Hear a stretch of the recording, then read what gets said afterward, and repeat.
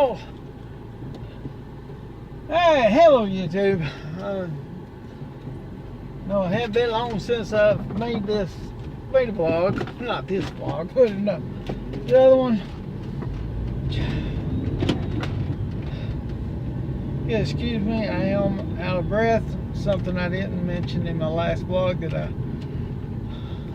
kind of realized I didn't say until after I done already said it, and I already posted it.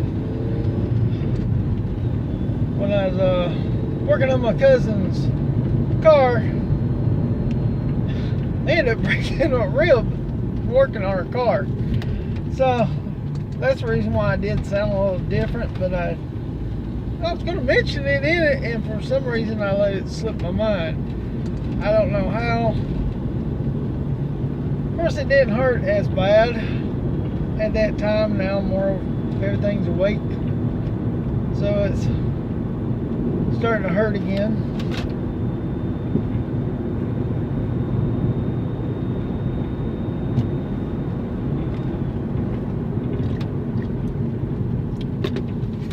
Pretty much just flavored melted water at that time. This drink I had left over for breakfast. But that was one of the things I was wanting to mention in my vlog. I do have a broke rib. So if I sound different, that's the reason why.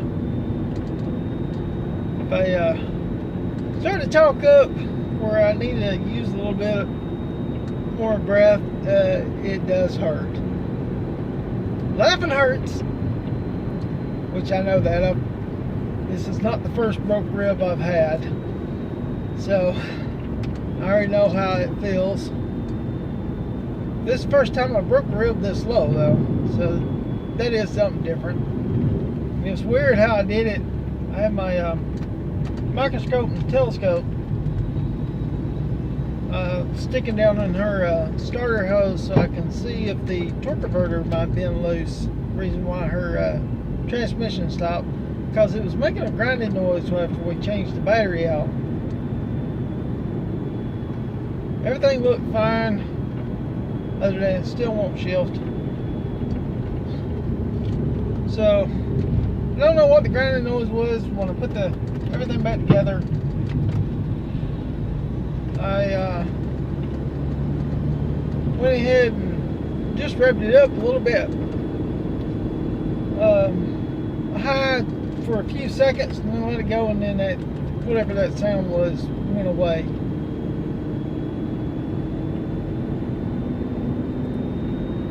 I don't know if it was a pump in the transmission or it kind of sounded like it was coming from the flywheel, like maybe the starter was kicking it. But I never seen no damage on the starter, never seen no damage on the flywheel. Nonetheless, I got it to stop. Been looking at some few videos of collision repair on different vehicles, and I said I'd use a non-conventional way of actually pulling out by using a come-along. Well, I guess it's not non-conventional. I watch a lot of them, the professionals do it, and they use a bigger come-along than what I got. Basically, I could do it with mine if I had another tool that would attach to it. I don't know what it's called, so I don't know what to look for. I'm actually right now heading towards Harbor Freight. Like I said, I still have a hard time breathing at times. But I'm coming down here. I got a few coupons to get some stuff, but I'm looking. I'm gonna look at the body repair stuff, just in case I do need to do this body repair myself.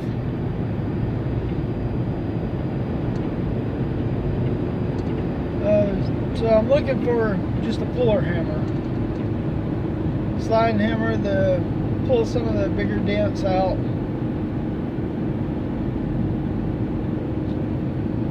I do know, watching the videos,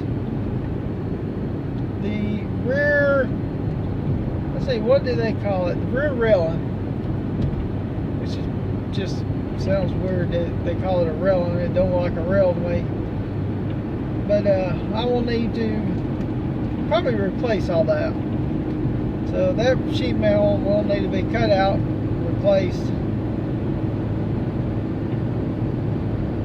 So I have watched, and there's several different ways I can do it. I get it new now that I know the proper terms of what to use to look for. Or I can get it a donor vehicle and cut the section out and re-weld it onto my car. So that's an option. Which one thing, if I got a donor car, wouldn't really matter out of the front end, I wouldn't even need none of the front body parts. But if I did, I'd want it to have certain parts of it, not for this car, but to do what I was talking about in one of the videos, which I think is the one that, yeah, it's the one I still need to edit.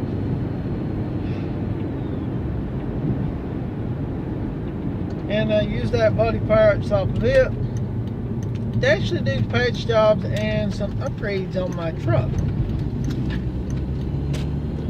Right now though, I'm going to try to keep this as cheap as I possibly can. If I have to, I'm going to have to drive it the way it is right now, so I can get my truck up and going.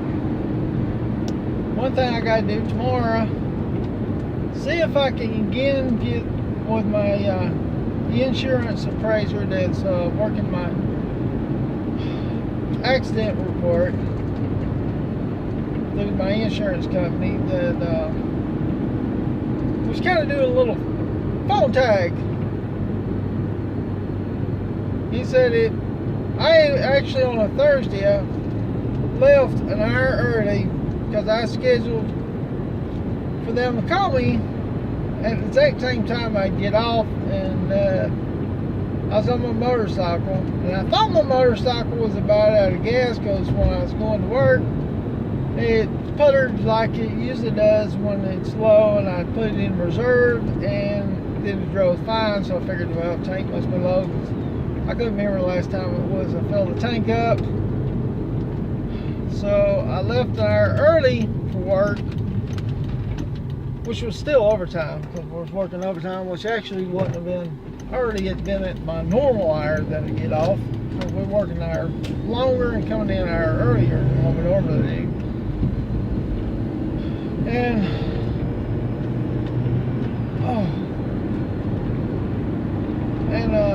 well, they never did call. But anyway, after I got my check cashed, I stopped at the gas station. And normally I'd put between 8 to 10 when it's low like that. Last time I tried to get 10, I couldn't even get the full 10 in, and it was lowered in. So I just done 8. I figured it'd get close to full, especially with the price of gas going up as much as it did, which is, I think it was $2.47, so like maybe about 3.5 gallons. That ought to be a little less than the tank or close to being full. Well, I had like $6 in that thing, which wasn't even 2 gallons, and it was starting to overflow. So I don't know why it was sputtering. It was obviously full.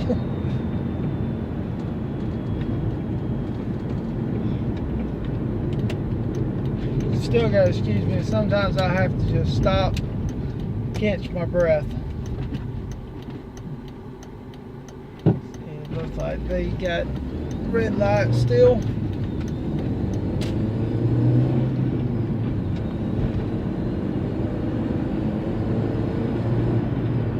Yeah, if I knew that I had a little more gas in the motorcycle, I would have waited 4 o'clock. Anyway, I was running late that day, and he's supposed to call me at 4. So, no, he's supposed to call me at 4. Anyway, I went out, still 8, waited for the phone call.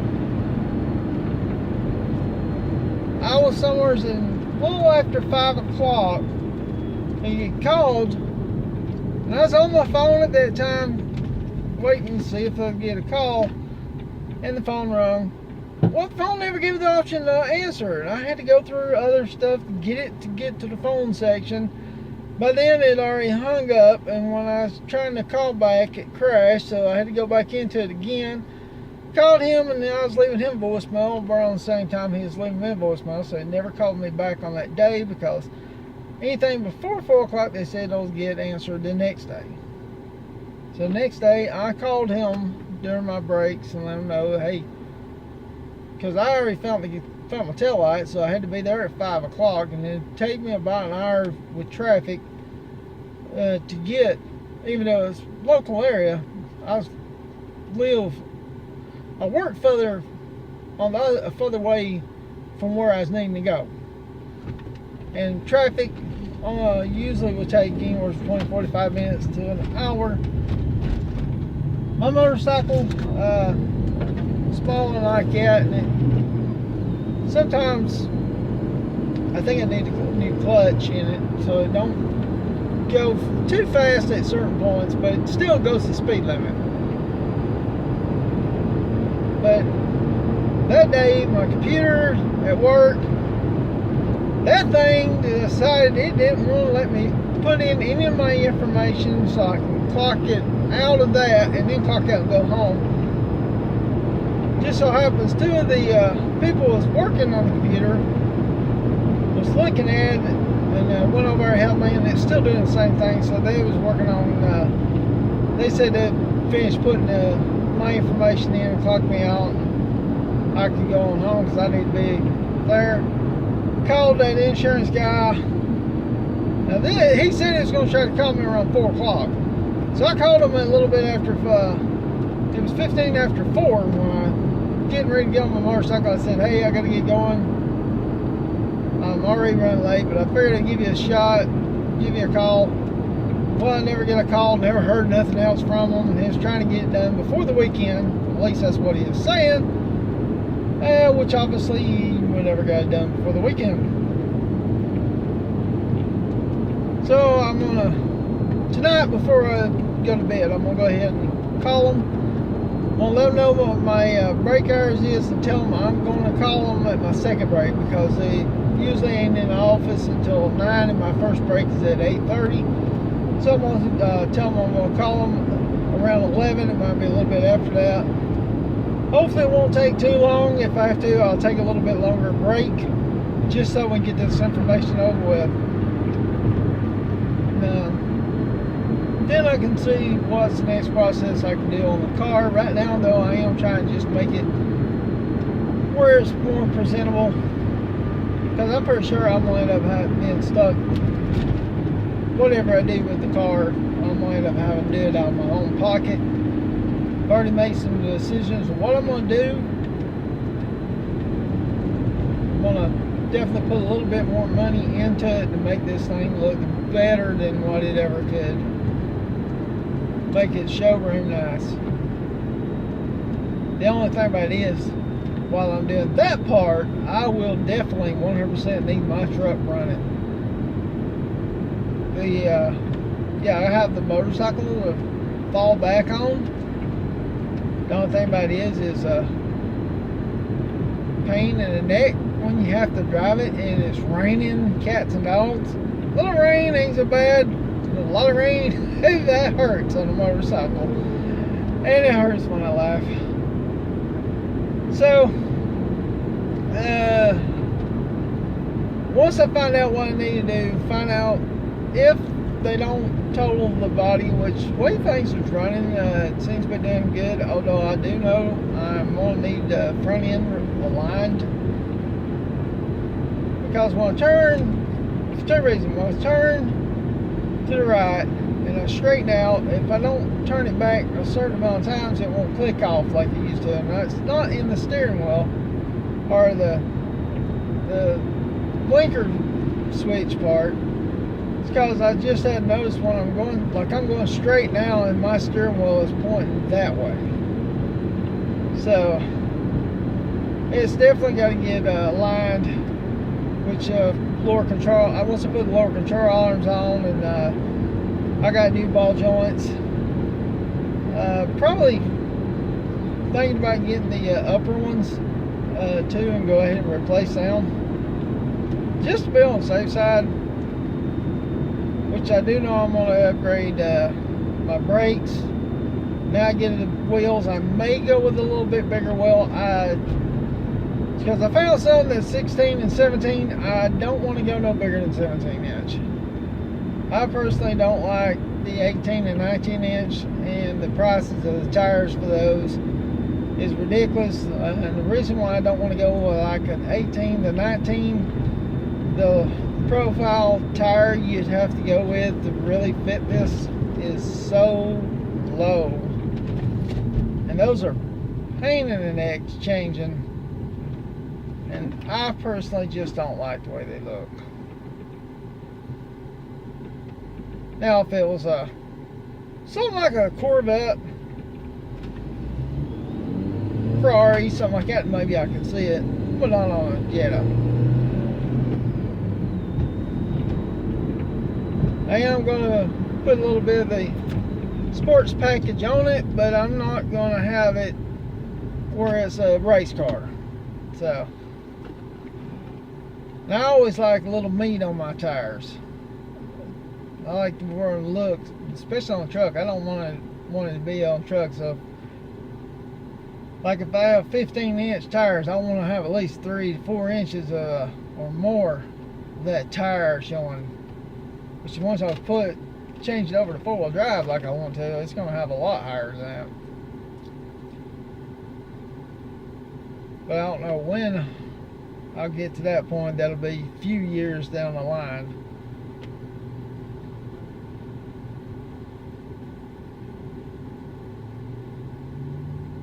It is going to be interesting at work because, well, I'm not much of a talker really. Do more talking, of course, on the vlog because I'm the only one talking.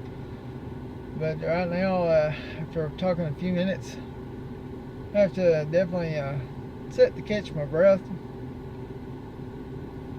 And believe it or not, I know this is what's not going to hurt as bad as when it starts to heal together. During the healing process, the pain can get a lot worse.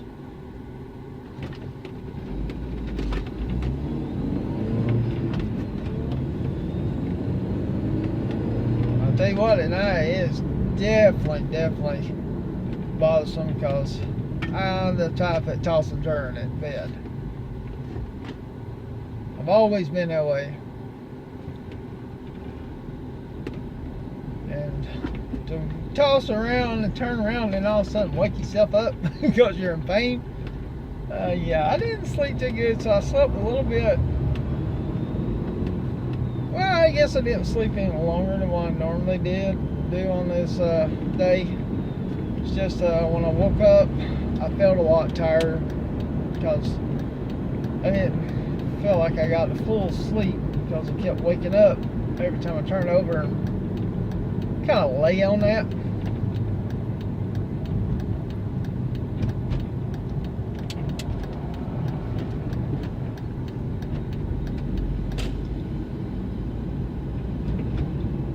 So if I get it far enough turn the steering wheel, that'll click off normal. I think side of the line probably where it got slid a little bit to the side. If I let the steering wheel go when I'm going straight, I notice it does pull just a tad bit to the right. Not bad though, but yeah, definitely noticeable.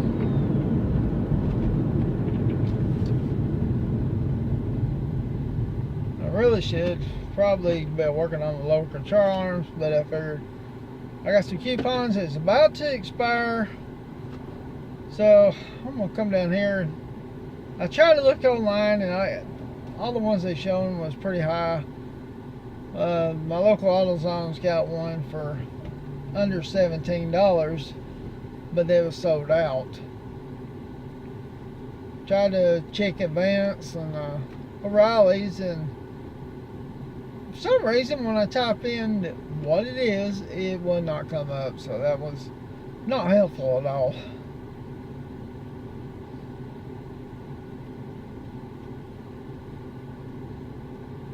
I remember several other places where you used to be able to buy it, and they don't sell those anymore. I think you probably still get them from them, but you have to buy them online.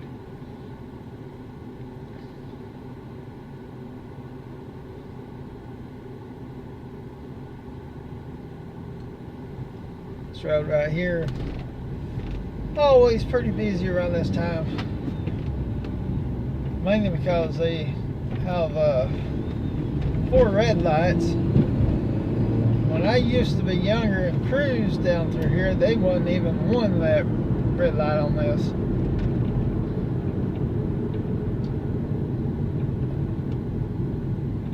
I think it was a couple of years after I got my driver's license before they put a red light going onto the main road, because the guys were so busy trying to get out.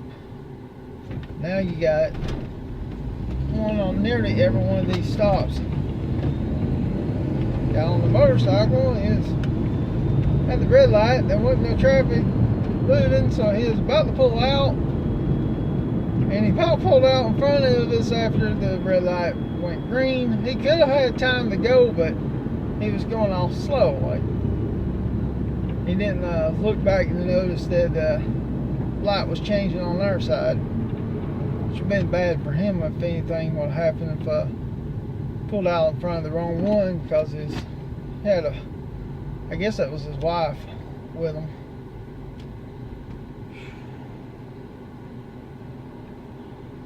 Sorry buddy, I kind of blocked you way out.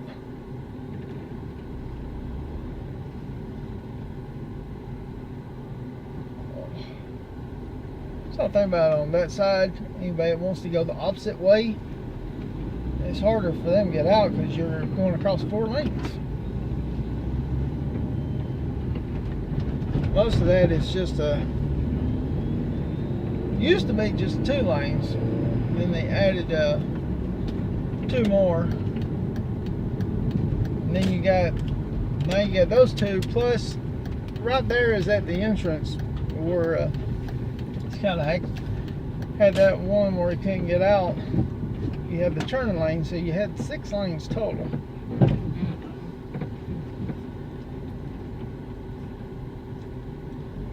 Because you had a turning lane going that way, and you had a turning lane going the other way, plus the 4 in the middle.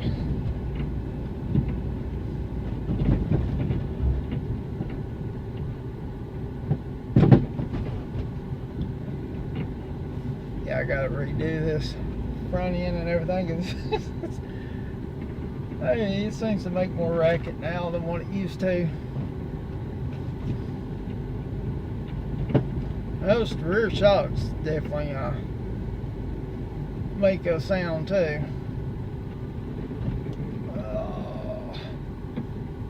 Over here by this copper looking Hummer. Well, if y'all got a good view on camera, that's actually a nice color for a Hummer. Yeah, Hummer 2, I think. Yes, it is. I love to have the Hummer 2 or the Hummer 1. The 3 looks too much like a Jeep. Anyway, I'm here at Harbor Freight. I'm going to see if I can get some tools. If not, I'm going to use the coupons. I'll see y'all in the next one. Don't forget to like, comment, and subscribe. And look forward to hopefully some videos pretty soon.